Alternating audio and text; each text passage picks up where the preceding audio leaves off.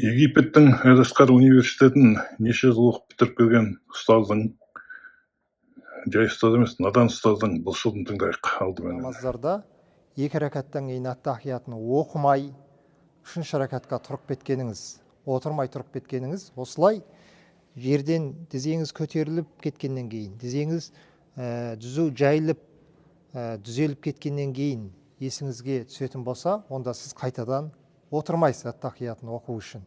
Ары қарата намазыңызды жалғастыра бересіз. Осылай бірінші отырыста, уәжіп болған отырыста отырмағаныңыз үшін намаздың соңында сәху сәждесін жасайсыз. Сәху сәждесі бірінші ат-тахиятын оқимыз, одан кейін оң жағымызға сәлем береміз.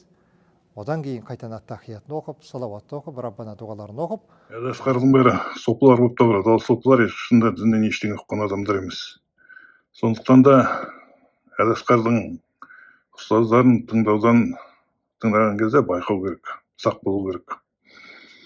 Егер де намазда шатасатын болсаң, мына назым айтқандай, екі рәкат қосымша сәжде жасау керек. Егер де сен намаз бітпей тұрып сәжде жасайтын болсаң, онда сен намазда қателесіп, екі сәждені артық қосымша жасаған болып есептелесің. Сондықтан да намаздан кейін тағы да екі рет сәжде жасап, ат-тахиятпен бітіру керек.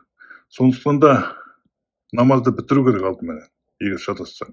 Одан кейін бірақ екі рәкат сәху сәжде жасап, ат-тахиятпен дуа оқып, намазды бітіру керек.